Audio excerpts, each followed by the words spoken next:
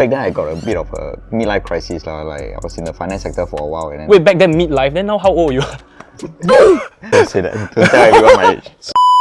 Uni like army, right? It's just a place that you meet people. You put a lot of people together, right? Then few of them successful, then you start collaborating, right? I think I go about uni the wrong way, man. I actually thought that going to uni, right, is about studying. So I study my ass off, dude. You're crazy. That is not the way to do it. The way is to PR, man. The first thing that pulled me into clubbing, right, is that the ability for you to be like completely free and be who you are, lah. Everybody, like, especially when you're in Asia, right, is so tied up. But after alcohol, after the lights are off, you can start doing all the nonsense, start shouting your favorite song. Yeah. When you can see that, right, it's like, wow, hey, I didn't know you were like that. From intern, right, to head of CD, right, that's like quite a legendary dream scenario, lah, for most of us. Can you tell us in like 5 minutes, right, what does that even entail? You know, let's not even talk about your DJing thing, okay? We just like even start from there, yeah. I see you did a bit of research here. Yeah. So I think back then I got a bit of a midlife crisis lah. Like I was in the finance sector for a while and then... Wait, back then midlife, then now how old are you? Don't say that. Don't tell everyone my age. Super old. Yeah, but then I decided to like probably take a bit of a job switch, and I always wanted to enter the startup space. Yeah. But you know, if you graduate from university, sometimes it's a bit difficult to get that kind of experience. Right. Like growth marketing. What is growth marketing, right? Yeah. So I took an internship, and then I think it took. I think I was quite fortunate. I joined the correct bunch of guys. The co-founders were very supportive, and then from there, everything else is history lah. So you started off like finance, right? Yeah, from the beginning, you are already finance. Yeah, so it kind of like makes sense to like pursue this like finance direction, finance route. Yeah. So looking at CD, right, as a platform, I realized it's like a bit like Reddit, right? Yeah, it looks like Reddit. It's a bit more community. Yeah. Driven, yes. So how do you like kind of like fact check what is real, what is not real, or do y'all don't do fact check? Y'all just let the people to upvote or something like that? I think that's a community aspect. So community aspect, we believe in the power of community lah. I think if you get cool enough people, you will have a very balanced point of view. Fact check wise, our editorial team, right, when they write their blog content, right, is actually constantly being fact check. Our partners. So you all fact check yourself, but the community post you all don't fact check. Just let them say whatever they want to say. But of course, if there's certain things that's being flagged as like scam or whatever, right, we will remove for sure. We have a moderator to do that. Like a very on point moderator system. Correct. Because finance is very complicated lah. Like what works for me, right, may not work for you, and what works for you may not work for me. But what works for me, maybe out there, right, got like 5 to 10 people who think it works for them also. So they will tell us what to do. My friend, right, there's a financial advisor, right. He said that he cannot put financial advice out there. It's like against the policy of a financial advisor. Cannot post on social media. Is there such a thing? I think there are some... They must give disclaimer, right? Yeah, some disclaimer. There are some like different kind of policies governing them when it comes to what they say online or what they type. Then for financial it's the same advisor for us. And real estate, you can only be one, right? You cannot be both, right? Yes. Why? I heard because there might be a conflict of interest. I only get to know about this recently also. When I was thinking about it. Is it like you will form some infinite loop or something? I have no idea. I never ever go and take a look at it. But I think it's just some conflict right there lah. Maybe a finance advise you to like buy this property, then buy this property, then you cause inflation something. Then I can't remember. There was something that don't allow them to do that.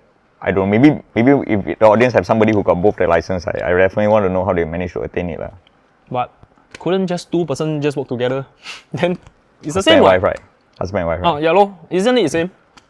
I don't know, but even shouldn't husband and wife do the same sector? So imagine your wife, you are the financial real estate agent. Your wife goes under you. Okay. Right? You park her under you, and then like whatever she earns, you earn also. But like that is still the same income source. You are leeching from one industry. But imagine two different, right? You're sucking money from diversification. Diversification maybe. Yeah. So maybe you can tell us a little bit about your own venture, dollars and cents. Oh, this was back then. Started in uni. But I see there's still like an up and running page. It's up and running. So I actually exited dollars and cents because of Silly back then. So conflict. Of course, conflict of interest, right? And but you created. I was actually they were co-founders, and then I was one of the founding members. So I was one of the early writers for them. Right. And then we were still in like uni and all, and then I was just trying to get better at finance by writing certain topics. And then I decided to have a chat with them, and then we started. Back then, none of the dollars and cents guys were full time, and then slowly it became one full timer, two full timer until what they are today. I realized that in the US, right, uni is where a lot of like great ideas like Facebook, Instagram, everything started. And I think for Singapore, it's also slowly the case as well. Like you started all these things in your dorm, in your uni, collaborating with your friends, and for like all the DJ collectives as well. So actually, I think it depends. I think you came from uni also, right? Yeah, so I think uni like army, right? It's just a place that you meet people. You put a lot of people together, right? Then few of them successful, then you start collaborating, right? I think I go about uni the wrong way, man. I actually thought that going to uni, right, is about studying. So I studied my ass off, dude. Yeah, I was like, my GPA was like 4.89. I know, you're damn smart. Yeah, crazy. But then, that is not the way to do it. The way is to PR, man. The connection is the... meet the connection there, make friends, and then like over time check in and see what they are doing, and then... that's why. So the value of the degree, right, is like going down already. Like in a sense because it's not even about the degree one. The other day, right, whoever the fuck is going to join Summit on 6th October, right, I want to tell you this story, okay?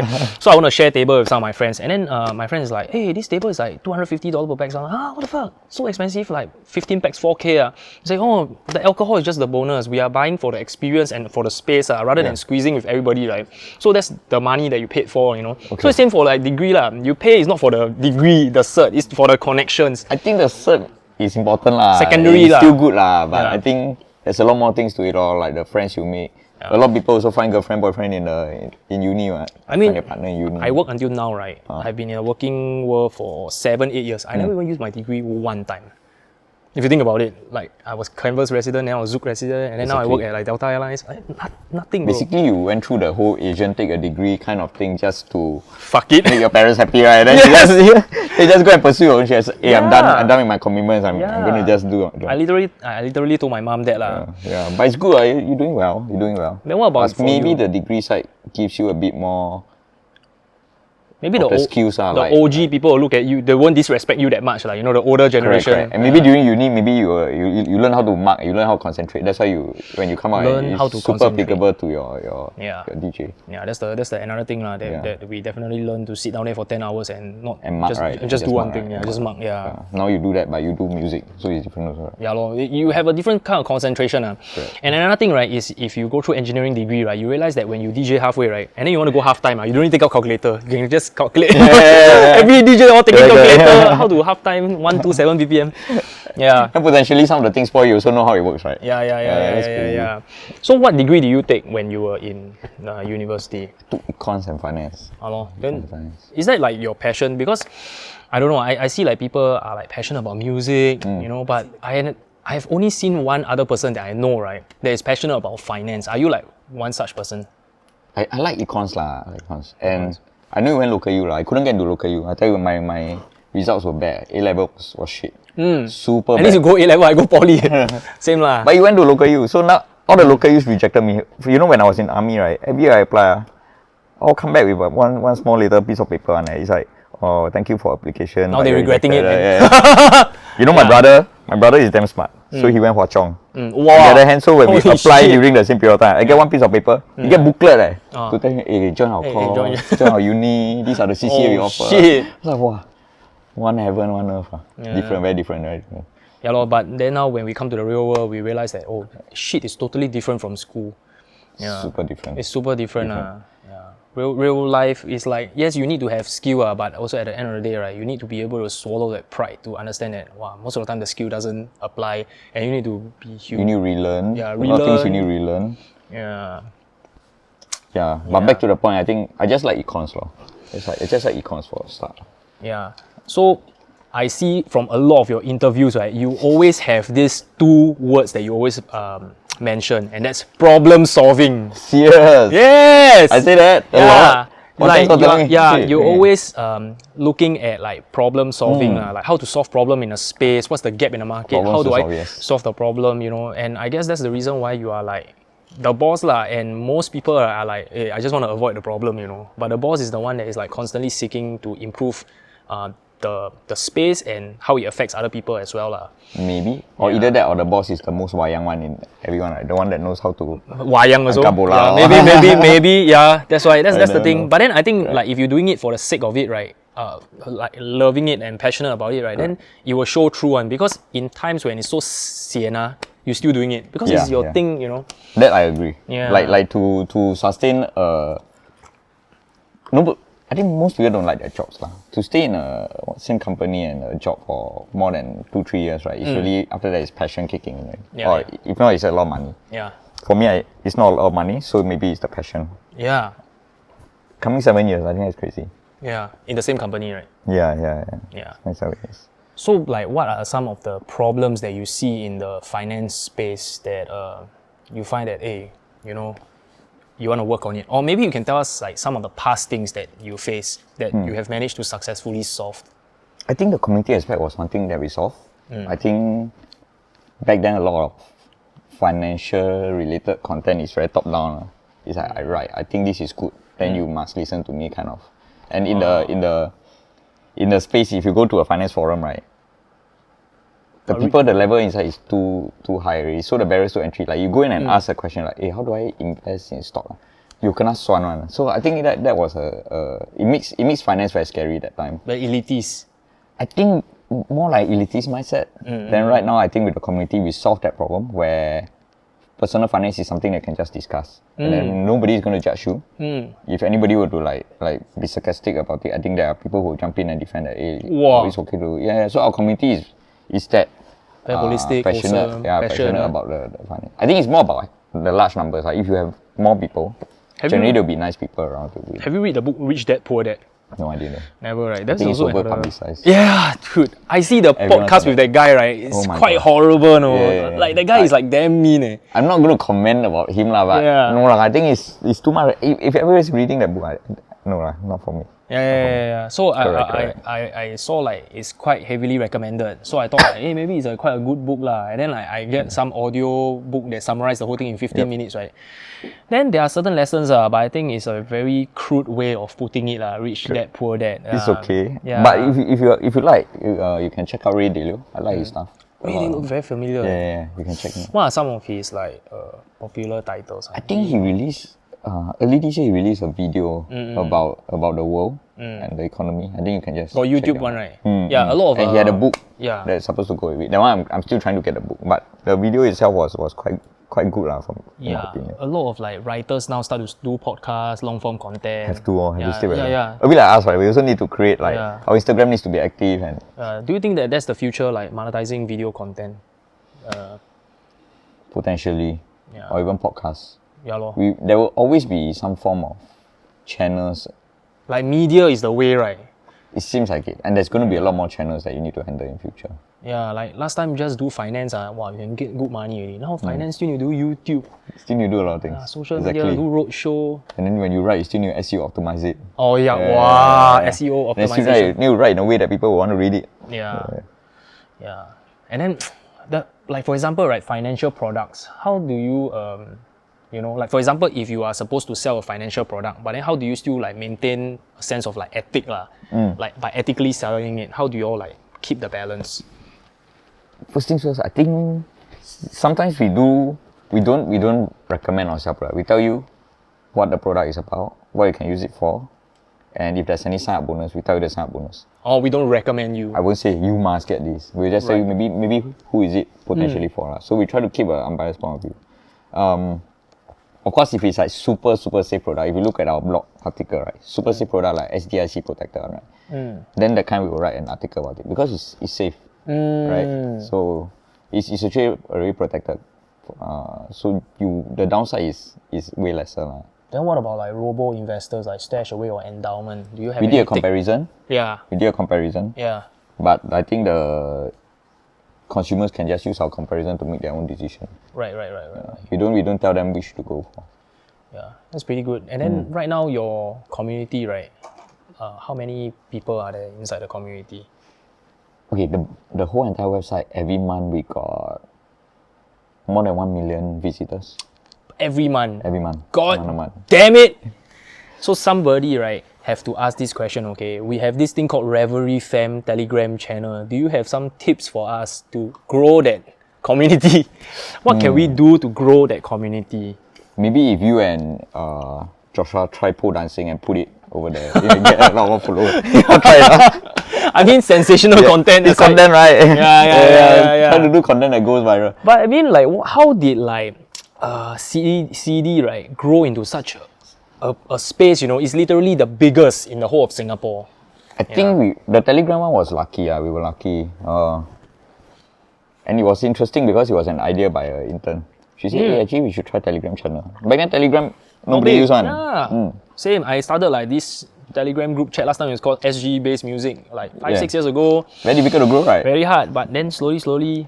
So over time it grow. But what we do is just to keep it active.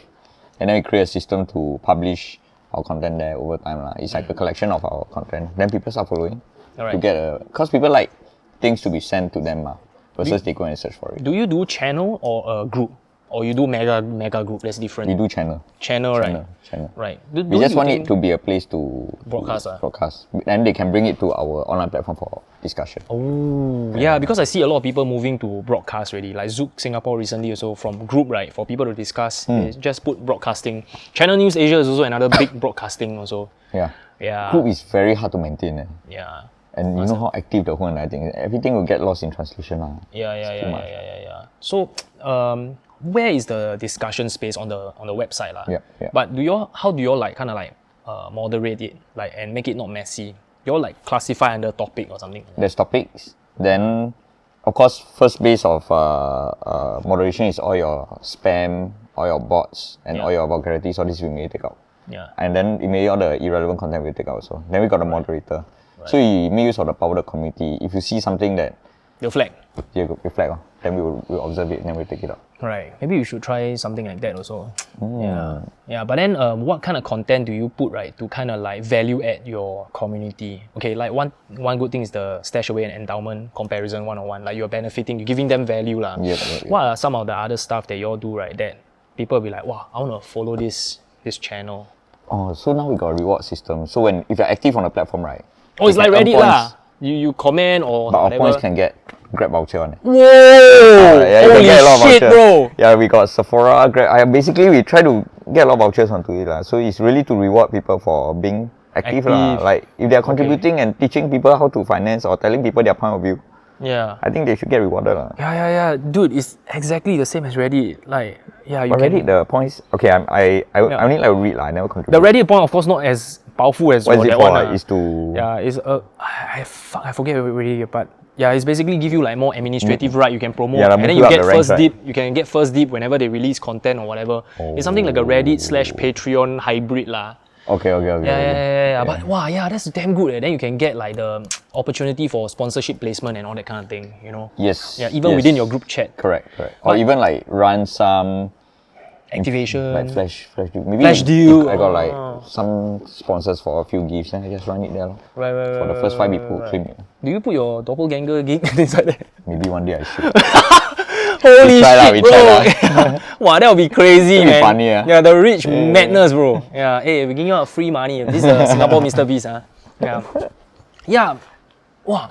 But then another problem, right, that I realized, right, is that okay, you see, like for the group, right, everything that's inside Telegram is in your phone, so it's very easy to use, you know. Yeah. But if it's a website, wouldn't it be like a extra layer of barrier for people to go to the website and like, you know, comment? It is. But we are mobile optimized lah. Oh, do you have like a app for CD that you can talk inside the community? We have also. Yeah. We have an app. We have the web is also mobile optimized. Right. And I think for actually quite a number of Singaporeans, it become a habit for them to check out the content every day. Right. Because it's a bit like checking out the news. So every day we look at news. Yeah, that's for the us, thing. we are also like one of the biggest pusher for financial news or anything personal finance. Yeah. Wow. Then how many people do you have writing those news? Because news is like, wow, it's really like hour by the hour. You need to be super updated. Correct. Yeah. Correct. But I think actually the community is faster than the news. Oh. You know, so a lot of time people start discussing. Maybe I talk to you, then you start to our Telegram group chat we receive like a anima release like 2 days before it drops. Correct. So that's the kind of they'll be faster. So we sometimes get some news from there. So we got 2 SEO person who every day will update us about what's the latest search trend. what people are searching about. So sometimes usually if something is viral, right, the search result will start coming up. Correct. Google Trends, GoogleTrends.com. Yeah, then they'll every morning at 10 a.m. right, they'll pull what's the latest news and everything for the editorial team. And the editorial team will just go and see what they want to write. I tell you already, every time we get a podcast, right, we are here to leech free advice from experts, bro. We're not even doing a podcast anymore, okay? We're just doing it for ourselves. Later I'll send the invoice, don't worry. What the fuck? Yeah, so another question is that every business seeks to fill a gap in the society. You know, like just now earlier, what I was saying, you are always looking out for a problem to solve. Yeah, so what does CD solve? Like, what's the gap that CD fills, and what's the secret behind the success, lah? I think it's more a ground-up approach towards personal finance. Ground-up approach, yeah. Rather than like making it more accessible, basically. Correct. Making information more accessible and widely discussed, lah. You know, in the past, our parents don't have the luxury, right? So it's always last time talk about money is like taboo already. Yeah, it's a taboo, and then like they only get advice from certain people, and it may not be the best for them also. Okay, so recently I've also learned this like stocks, bonds, and all that kind of thing. What is the difference between like investing through cryptocurrency versus something like stocks and bonds? Is it like more volatile? Cryptocurrency? I think depends. Some stocks are very volatile. But stocks also could be volatile. Crypto, I mean, stocks has always been a quite traditional product, so it's been in the market for a while. Tested and proven in some sense. And it has some backing behind it, right? Like some value. Crypto right now, I think it depends. Right. I would say maybe the stable coins, yes. As for the rest, my personal opinion, right? Don't quote me, my personal opinion is that the rest I won't probably look into it because I don't know what's the main fundamental values of some of the cryptocurrencies. The repercussion after 2 years, maybe. You know. That's why. And what about investing in people like Elon Musk, you know, where he's like making like very haphazard decisions, you know, like suddenly you just walk into Twitter and fire 80% of the people, you know. Everybody is still investing in him. Is it for that wow factor? No, right. Investors, I don't think they're that stupid. Maybe you should look at the P&L of Twitter over time, then maybe you'll see something. Yeah. Investors, okay, maybe some people are more big fans of him, but I think as investors, you definitely want to make money, so you won't actually throw money in blindly. Correct. They call them the Elon fanboy or something, right? Elon fanboy group, yeah. Oh, but if you invested in Tesla back then, damn, 1,900% increase, right? Exactly. I think that's how he got his first online base of fans, right? Yeah, and of course, like firing rockets into the sky like nobody's business, making it look easy, you know, after doing it so many runs. Yeah, so before we move on to the DJing aspect, maybe we can take us through the life of a day in the life of Mings. How does it look like? Wow. Do you like don't sleep? Yeah, so that's a problem, and that's a problem. So I have problem sleeping. So every morning I wake up about 7 plus. Then I start my day. My day start usually for work, right? About 8 plus 9. Sometimes you go to work or work from home? So now we're a bit more hybrid. So it's okay. I can choose a day to go back. But every Thursday I'll be in office to really meet the team. Right. I think that human interaction is still very important. Yeah. So I work usually all the way. I take my lunch break very seriously. Lunch I must eat one. Then breakfast no, is a commercialized product. That's my point of view also. Yeah, I think it's too commercialized. Just a cup of coffee and then work. And then usually by end of the day, 6 plus, I will try to meet somebody. Either somebody in the finance space or the startup space. And then on random days, I'm actually now advising some startups out there. So I'm committing about every week 2 sessions to 2 different startups. Is it paid or like a voluntary? I think they commission. Yeah, Ace Singapore approached me and I thought like, hey, why not just. Then when you finish the main quest, you're doing side quest now already. Something like that. Just in case. Yeah. You never know. And then so usually the day for me for work end about 9. Whoa, that is like 14 hours work, right? 8 plus 9. Yeah. I mean 14 hours is actually quite standard for CEO level lah. Yeah, technically. Yeah, dude. Elon is like 18, 20, you know. Even Bloomberg also, you know, everybody. Bloomberg, yeah, all is like quite standard one. Pretty standard. Yeah, and then that's why I guess it's also like a motivation for your people that work under you also. Like, hey, can you imagine the boss work lesser than you every day go Hawaii? it's Sai impossible. Taiyang. It's a bit difficult. Yeah. But I know like my team also they put in a lot of hours into the work. Yeah, of course. But of course after that then I will leave time for music. Yeah. If I like prepare for the next gig, prepare for the next. Yeah, so let's talk about your music. Like I guess there's also a couple of CEOs, even like Wall Street. Shit, what the hell is that company? Yeah, basically there's a Wall Street company executive also lah. He's also a DJ. Also a DJ, yeah. But you definitely take it more seriously than him lah. I can tell Really? lah, for sure lah. You just go and check out his mix, man. Okay. Yeah. So I don't think you are in that music producer frame of mind as of yet lah. You're more DJing, more selector. Fun fact, I went to Bangkok to learn for a month. Production. From production. DJ Sunzone. One of the OGs. Yeah. Shout out to him. He's later I'll share the funny story when I first met him, but I think I went there to learn production and how to do mashup. But this was many years ago. Now I really don't have the time, but I will still source for music and all. Yeah. But you know, production is like the more you do, the better it gets, right? Oh, it is a full-time job of its own. Keep doing it. Yeah, correct. Yeah. You need to spend a lot of hours on it. That's why how the hell you run a company and still can DJ, then on top of that still want to produce, it's like impossible. Yeah, already. that's why the production has didn't really take off. Yeah. Yeah. But I guess probably if you are like, done with CD one day, then maybe you produce. You sponsor me lah. Now stay home and produce. Sponsor me first, God damn it. Invest in me. Yeah, then maybe I can produce some good tracks, right? Then get the commission out. Damn, I'm still trying to figure that shit out, man. It's fucking difficult. Yeah. Yeah, so production. Oh, you're doing DJing. production also. Yeah, I've been like meddling lah with a lot of like remixers lah, but right This one now, is really you need to. wow, really 3 hours just to find one sample. Okay, no time already. Next day. Yeah. Then you need to do your day job. You need to do your. But you'll get better over time lah. Like No, but the fact is the searching is the just now we were talking right now. I want to search one kick drum 3 hours. Okay, we found a kick drum already. Now what? Now must find snare. Fuck. Yeah, It's true. Yeah, it's super long-winded process lah. But if you love it, it's like a automatic process lah.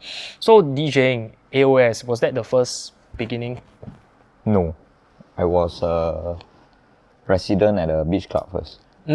Correct. Where? Azura Beach Club. Currently it's called Ola. Yeah. It was very long ago. Yeah. And it was damn funny because I tell the story because I'm from JC ma. Wait, how the hell do you even resident there? Like, we trying to get a beach gig for so bloody long. Holy fuck. So I tell you damn funny. Yeah. So this was slightly after uni. I picked up DJing when I was in uni. I sat beside a DJ. I think he's no longer DJing, but I sat beside him. And then I saw his phone, right, got a turntable. I was like, hey, can teach me? I don't even know him. I was like, hey, when you were in JC? Yeah, no, uni. Oh, uni. I was like, hey, teach me. Right. And he said, okay, you come my house one day, I teach you. And he really did. And became good friends. Yeah, so that's how it started. Then I wanted a gig. So I create a resume and send club by club. Right? I really like have Excel sheet, right? All the email address. Corporate method lah. Corporate method. Because I don't know, I didn't know like it's all about connection. Yeah. No, but back then I think Celavi was still called Coup d'etat. Yeah. Coup d'etat, someone called me. Yeah. Nice guy. He say, bro, I'm gonna tell you up front. Yeah. Nobody does this.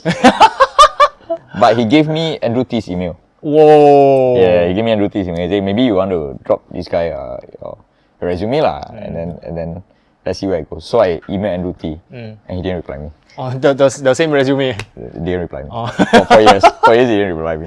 Okay. Yeah, then Azura called me out and said, hey, come and do a trial lah. Luckily we're just in your DJ. So I trial and then I started at Azura. Yeah. What's the gig like? Like how many times a week or? It was every Friday, Saturday, Sunday. Whoa. Yeah. Quite long hours, paid very little. Yeah. Yeah, but I just wanted to do. But it's fun. And I need to drag my controller because that time I still don't know. You know, like when you learn at home, right? You only learn your controller. So I just lug the controller every week down to Azura. Wow. Yeah, tough life. 3 times a week. Yeah. Remember back in the day, same shit. Same thing, right? Yeah. Then I think the money only enough for you to cover your transport. Yeah. But then when you play, do you play to like regulars or your friends will come and find you or? Sometimes my friends they'll come over and hang out. Drink with me. But how many years you do it? Azura, I did it. I remember I think I started earlier that year. Then it went all the way until the Siloso Beach Party. So I was one of the lineup in the Siloso Beach Party. But super early hours lah. The resident take the super early hours. And I think the lineup got Electrocat. I don't know if you see. Oh, wow. Very long ago, right? Throwback, man, to the This is mansion so long days, ago, man. yeah. Mansion, bro. Super DXO. long ago, yeah. Oh, so damn. she was the main highlight for that Siloso Beach party that stage. Yeah. Yeah, then after that, I think Azura went through some revamp. Then it's no more lah. Right. Correct. I can't remember what club it became. Then it became Ola. And then it became one more club first. Wave House? Is it Wave House? No, Wave House was down. Oh. And at the side back then was Mambo Beach Club? Beach Club. What's... No. Tanjong is all the way the other side. Yeah. After Azura, I can't remember. Is it Cafe Delma or something? What's before Ola? We can't remember, right? I cannot remember. Yeah, I need to Google lah. Yeah. Azura was long ago. Yeah. Very long ago. You know that club? Yeah. I mean, like, we are old. The fuck? Of course, we know. I just turned 18, don't tell me why. Yeah, every year you're 18, yeah. I tell you, I think when we say Azura, right, some of the audience will be like, what's that? Dude, when you're at a club, right, and they see what song you're dancing to, they know already. Yeah, that's true. Just put out one Neo, then everybody, woo. Then they know you're roughly born at which year. Yeah, man, what the heck. Correct. Yeah, so getting from there, then how did the Andrew T thing even happen, like getting into AOS? Oh, I think, I'm not sure you remember, there was this period of time they were recruiting, and I saw Shai do a shout out on Facebook. So I reached out and I said, hey, actually I want to try. Yeah, so he referred me to Andrew. He did a shout out, like oh, the AOS Collective is trying to get new members. Oh, okay. Then I think Andrew told Jushan to talk to me. Oh. Yeah, so it was a starstruck moment for me because back then I was like, I'm a nobody, and then every time I go zoo, I see, back then every time I go Butter, I see Jushan and Andrew, and they were like, wow. Wow. Then Shai was really coming up already, right? So I was like all the way, like when I went to meet Jushan, I was like super starstruck. Yeah. And the worst part is he was like, oh, I'll come meet the crew. Then when we back then we got a studio lah. Then come meet the crew, right? Wow, he opened the door, I look inside, I was like, my mind was blank, mind blown. I was like, whoa. Wow, damn, senpai noticed me already. I was like, finally I can shake hands with these people. You know, it's always from the dance floor. Yeah. Then from there, then you start to do more shows and also higher and higher profile. And then eventually got connected to Doppelgangerz. Do you already know them beforehand? I think from there, so Andrew T is quite a interesting and good mentor. I think maybe I share a bit about how he trains. So my first gig he gave me was at Entity. I don't know, Chimes, you remember? Yeah, so he said, you are going to be doing this gig this week. I was like, okay, so I do opening for you. Then he said, I think his reply was, if you want to do opening, then don't do. Huh? You want to do, you take the main set. So it was my first main set in my life. Yeah. And I want to do main set. I was very nervous. Oh. And then he finished his gig. He came over. He sat behind me whole night. He was just listening to what I'm playing. Yeah. And then once I'm done, right, he just smiled, shake my hand, and then he left. Never say anything, right? Nothing. Yeah.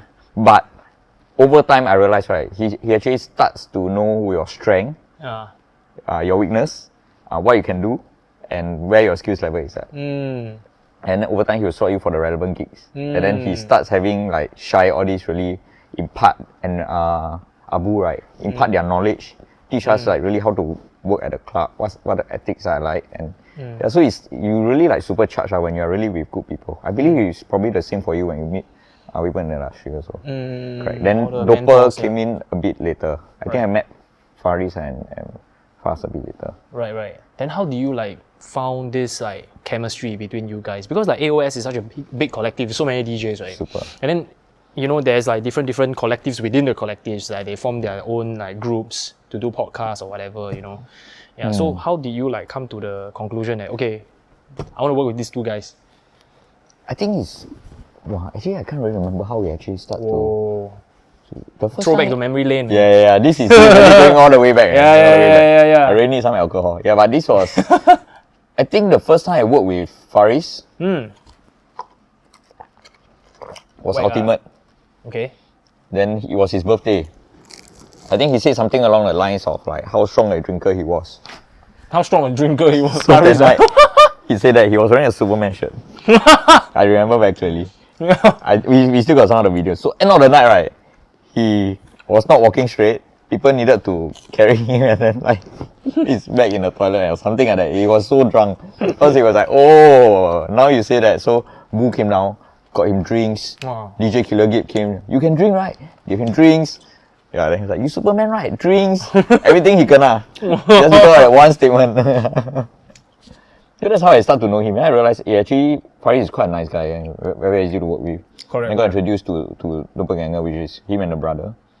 Then I think over years, because we also like house music a lot. Yeah, then we start to have more conversations. And then I think Housewrk, which is set up by both of them, right? They actually like ask whether I'm keen to be part of it. Correct. So, for their role, right, I guess one is producer, another one is more like maybe DJ and showman. Then what is your role other than being DJ in that collective? I guess you are like maybe marketing. I pour the cocktail for them. I guess like because they are very young to be honest. I guess you are like maybe like that fatherly figure. The Cao Lao inside. Yeah, like, actually no, the one leading most of the thing is actually Faris. No, is it? Yeah. So for the collective side of things, right, I'm the intern.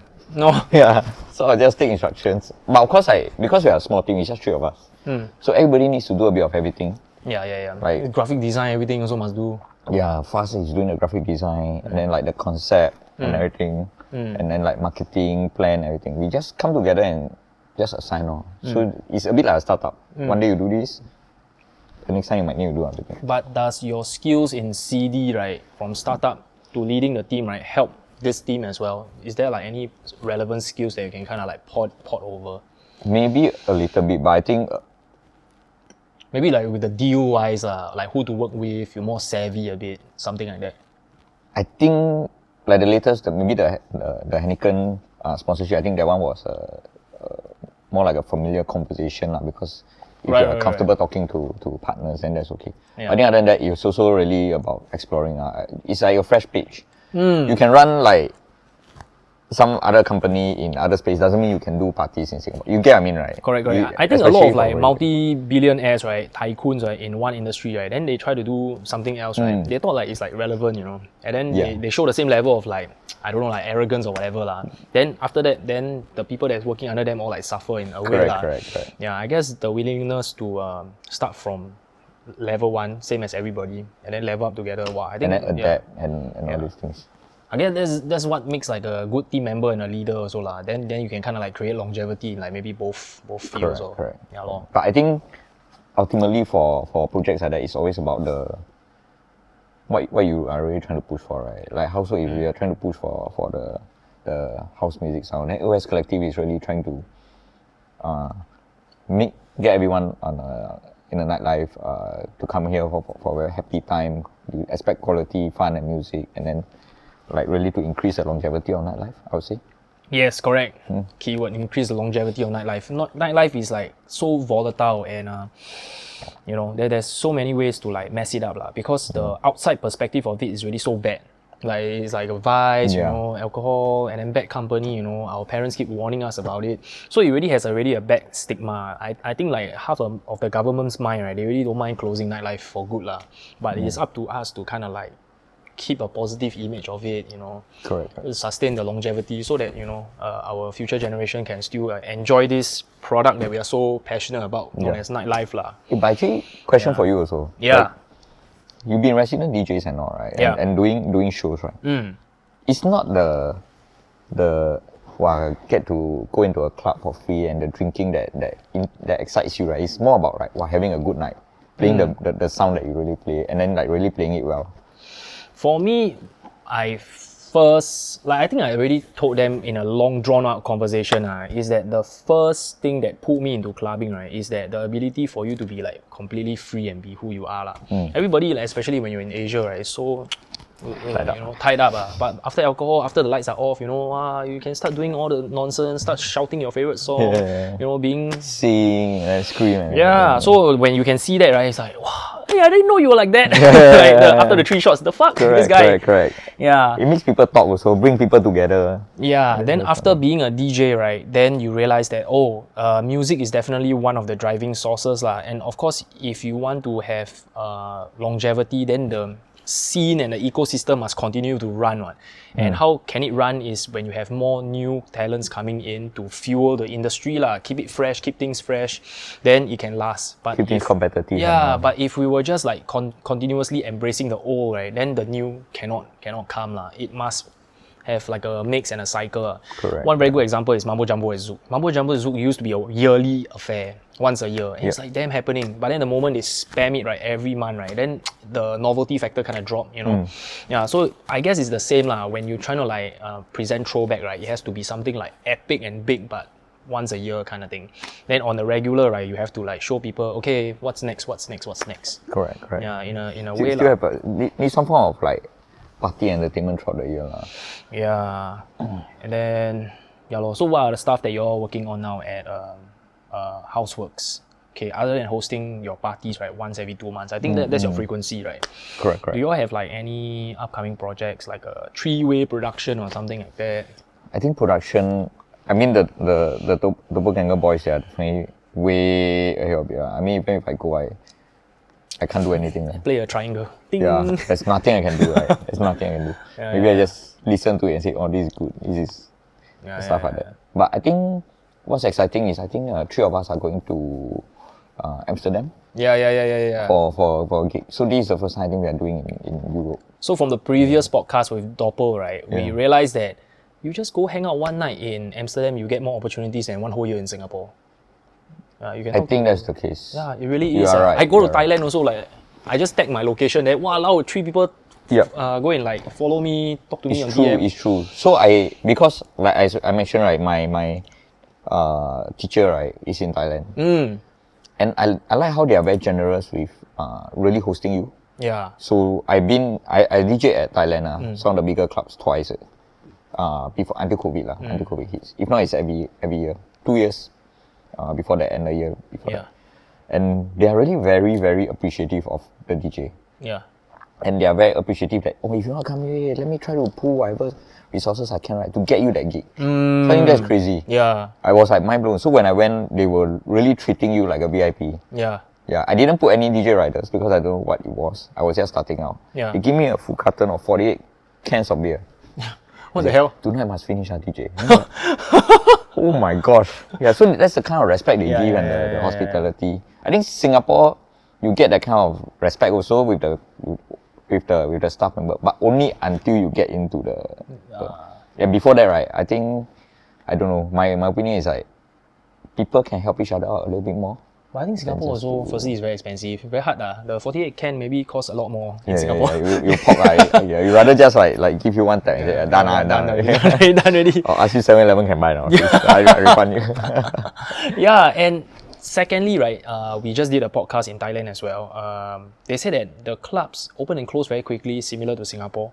But then they open faster than they close down clubs. Like every one club close, there's 3 club open. So the opportunity is just a lot. Everybody can get a piece of the pie. But their clubbing culture is very different. Yeah, they 7 days a week, right? Yeah. So they got a lot of clubs, a lot of days. The people there don't need to sleep, right? They will just club and then they go to work. I think it's that culture. Or they don't need to work, so they sleep and then they club. I don't know which is correct. Yeah. I mean, I've seen some of my Thai friends just clubbing and then the next day they just go to work like normal and yeah, because I guess probably because their club ends very early, like 2 a.m. or something like that. Yeah, maybe. Which is our usual saving time, right? I assume. Yeah. So start. Correct. So opportunities. Yeah. Then for the next coming show that we're gonna be doing together, so it's gonna be like a Housewrk Revelry kind of party. I think probably by the time this podcast posted, the show probably be ending already. Really, huh? Really be at the end of the show already. Yeah. So how would you all like go about like approach collaborations? Do you like kind of like study what brand you collab with and then you play that kind of sound, or do you have like a Housewrk sound that you will stick to? Like, because the last time I went to your Housewrk party at Blue Jazz, right? Yeah, you were playing like quality deep house, like really like some Ibiza standard lah. But then of course like venue to venue, collective to collective. Do you kind of like adapt? I think we should. Back then I was doing those melodic deep house, right? It's because the main highlight that night was Doppel's release. Remember, it was Doppel deep, right? Yeah. So you don't want to pump it too much, and then when they release it. Correct. So you need to warm up properly. But of course, I think our next party, we will definitely work on the sound to be very aligned. I think that's something that we will do. But we will know that, at least I hope that everyone that attends are house music lover. So whatever we drop, right, whatever music we play, they will be very accepting towards it.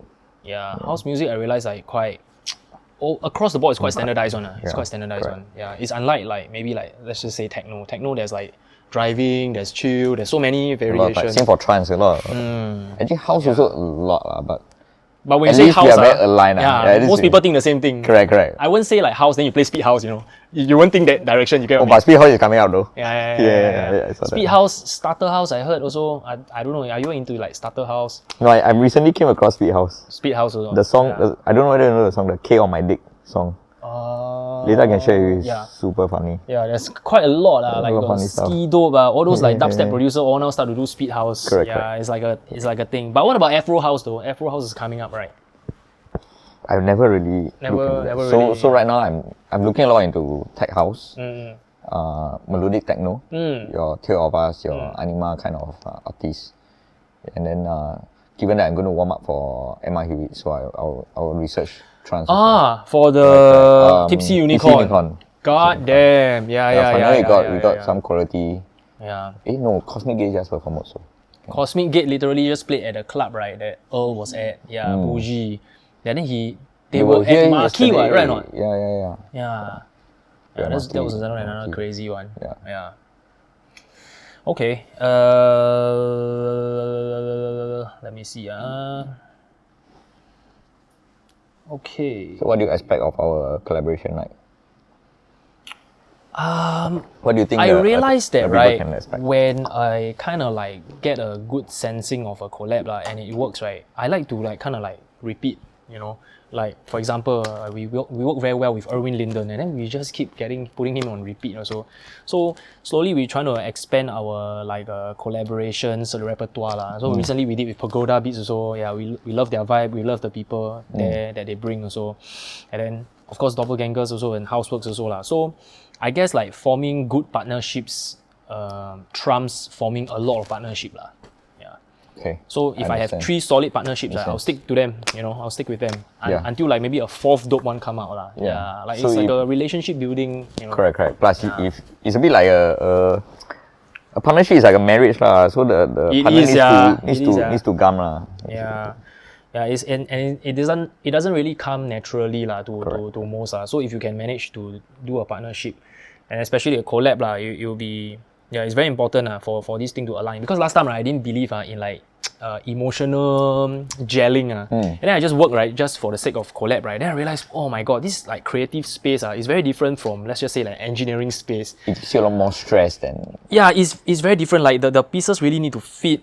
And then, you know, maybe you're not a very good singer, I'm not a very good producer, but I can gel with you, right? We somehow can make something better than whatever we can make, you know? But imagine it's like, I don't know, soccer fans like Real Madrid, you know, all the fucking good soccer players all put together but cannot work. Correct. Yeah, then end up also not a really good team. But it's like, I think because it's art, right, it's a bit more flexible, right? What you think is nice, in my opinion, may not be the same. Right? Like you say engineering, right? Engineering is like factual. A means A, B means B, right? Yeah. Music is so much different. Correct. So outside of DJing and CD, do you even have time to like pursue a passion, like a hobby, or like go out and chill? I try to find time on Sunday. Then I wakeboard once a month. Okay. It's a session with my cousins. Okay. And try to learn a bit more things, but I still can. Right. Are you like single and available? At the moment, yes. Yes, So I guess probably that's where I give up a bit more free time lah. But when you attach really, then I think it's like a whole new different. We'll still try to find time lah. Yeah. But it's just you're right. Some of the time. But some people is like when they attach, right, it's like gone. So you're single? I'm not lah. I'm attached lah. Then how you manage to find time to do? No, but I'm not one of those people. I'm not one of those people. You see. Okay, you got a day job. You doing DJing. You're doing this podcast right now. Yeah. Yeah lah. It's the same. Yeah. But, okay, good that you are this kind of person, you know, because I have a lot of friends, I've lost a lot of friends like that. Hey, they attach, boom, they just disappear. And then the moment they break up, they come back to the friend group. Yeah. You're like, what the hell? It's common. But I think it's more about the time available to them. Yeah, and also the freedom the partner give each other. Also, correct. The trust. Yeah. Okay. But you're not like your partner is fine with it. My partner from nightlife also. Yeah, so yeah, for both of us, like we are from Zoop lah. Then at the end of the day, like we kind of understand like the mechanics behind it lah. So yeah, definitely can. And you all have seen each other work. That's why the communication. Yeah, correct. The synergy lor, and then they say don't shit where you work lah. Don't shit where you eat lah. But I shit there pretty comfortably and eat as well. Yeah. So okay, maybe we can talk a little bit more about like CD lah. What's the next few milestones that you're trying to hit? I think next year we'll have a festival. I think that yearly festival is always a very big thing for us. Festival? CD? CD, yeah. Oh, CD. The finance festival, yeah. Yeah, is it like a Suntec. Gary Vaynerchuk kind of hosting session where everybody like, hey, you have a question for me? Like ministers and then like managing directors of like banks or these coming down to really be very close to the community. Right. So that's the big thing. Other than that, I think I haven't really got to sit down and think about the future plan. But roughly know is always about enriching the community. Then from interacting with all the ministers and all that kind of thing, do you have a pressure, right, to don't play vulgarities music in your DJ set? Because it kind of like, you know, you're representing both. Right. So like how? I think over the years I've trained to just switch my mind, right? Like okay, after the work, right, then you just put the work brain somewhere and then you put in the DJ brain. So it doesn't matter to me, I don't care. Yeah. One common thing, right, that we have, right, with all our guests, right, is that they are very open about their DJing life, like crumbs, all that kind of thing. You know, most of us, we have day job, right? We just like, don't let our boss know. Because sometimes the policy don't allow you to moonlight, right? Yeah. It's common. Yeah, but then it's like, your case is so... It's too obvious to... So just come clean. I mean, in my case, I just like go straight to them and say... Yeah, but then... No, he had... I also have technically, his company is bought over by a... So there's still people to report to. Yeah. Right. And then the other two founders that originally were your boss, they really start their own like health supplement. I think it's a health tech company. Health tech, right? Yeah. Like using AI to do some stuff. I think recently it's quite interesting. I think you can check it out. It's about health screening and really giving you very actionables and keeping track of your results of the health screening. Right. Maybe we can collab with Crumbs. Then Crumbs can sell them vitamins. Oh yeah, I saw Crumbs episode. He's into that. Yeah. Correct. It's like a different personality, right? Like you see him DJing, and then you cannot even imagine him in the... Hey, vitamin B12. The fuck? Interesting. Yeah, so how... Because, okay, like example, right, if you're like head of a company, right, there is no way your work is done, man. There's constantly some extra shit to do, lah. How do you like say, okay, today enough already? How do you tell yourself that? Like, okay, today done. Then I can go and do my housework shit, you know? So that is where you take a break. It's not just this. I think last time when I was in Bloomberg, right, work is always on my mind. Yeah.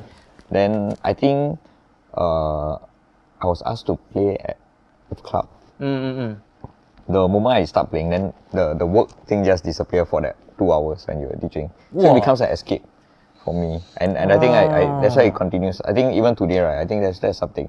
It's like when you do your hobby, right? When you're doing your hobby, right, you don't go and think about work. It's like a break for you. Wow, I think you can compartmentalize very well, no? I try to. I DJing, I still like thinking about shit. Really? Yeah, I don't do it. Yeah. That's distracting, isn't it? Yeah lah. So then... That means you never drink enough. Maybe. Fuck, don't fuck. Next time you see him, buy him a drink. Yeah, don't tell them this, okay? Don't tell them this. This is fucking... The more you drink, the better you are at compartmentalizing things. Because you don't have the ability to think. Right, you'll just be like After that. the Benya podcast, I realized already, okay? Yeah, the more you drink, right, you will just think of one thing. Yeah. So then wouldn't your top down, right, like your boss be like set out certain tasks for you, then, you know, it's like impossible to complete, right? So how do you tell them that you also have this DJing thing going on, like? No, they're understanding one. No. My DJ will never affect my work. So if it's a busy period, I will turn down gigs also. Yeah. Correct. So it's like your priority is still running the company. Then after that, I think it's more like a responsibility. yeah. Correct. And sometimes if you can choose, then you need to choose what's the priority at that period of time. But I have never let... So it's like a hobby again, right? You should never let your passion and hobby affect what you do on a day-to-day. Yeah.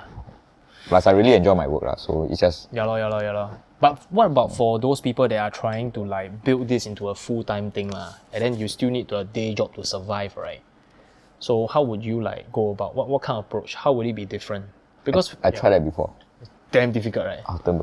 Very difficult. Yeah. Very difficult. Which is why I always have a lot of respect for those who are doing it full-time. Yeah. It's very difficult to... Like, I think during COVID, we start to see how sometimes how unstable some industry can be. Yeah. Yeah, so it's very difficult. Yeah. At that time I think I was taking home very little money. Yeah, very cannot survive that kind of money. So I tried for a few months, which is also the time. Just DJing. Just DJing, which is also the time I went to. So basically, I left Bloomberg. I went to Thailand to learn and come back and try to get a career in this. Try to get a full-time career. I couldn't do it. Yeah. Maybe it's maybe me Singapore. back then. Maybe it's me back then, or maybe it's Singapore. Yeah. Correct. But You tried for how long? Like 3-4 months? 3-4 months.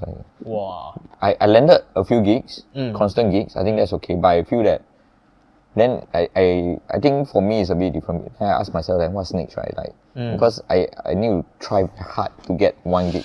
Maybe because I'm not very well connected in the space, so like I don't have the contacts and everything. Yeah.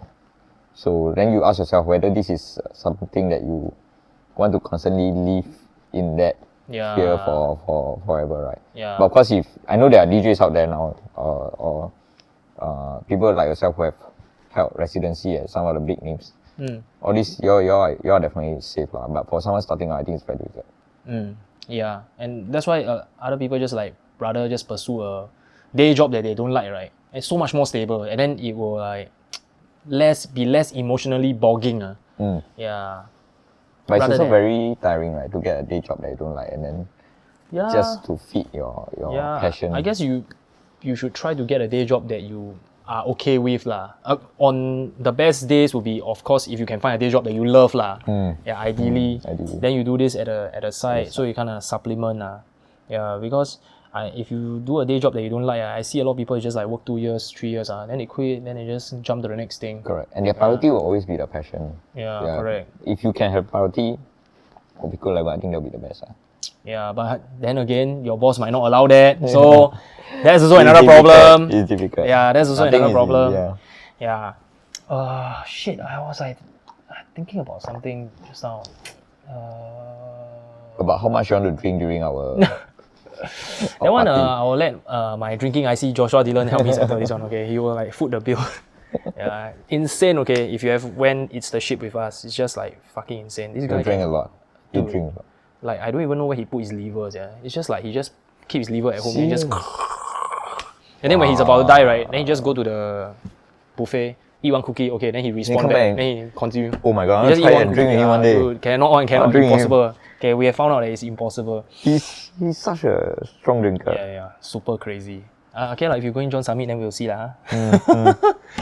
Yeah, so maybe to kind of like close this off, we can maybe talk about, maybe you can give us some advice on like if you want to pursue a day job, what's your recommendation? Because like so many people are like quitting, keep changing, right? But you're one of the rare few that still stay in one company for very long, like same as crumbs, you know. It's not very common nowadays, because last time back in the day, you know, if you stay in a company for 20 years, like wow, they give you, you know, medal, give you Rolex, everything. But now it's like the reward, right, is to work one job, then change, then your pay also jump, you know. Correct. Yeah. So I don't know, man. What do you think is your recommendation? What should people do to have a fulfilling life?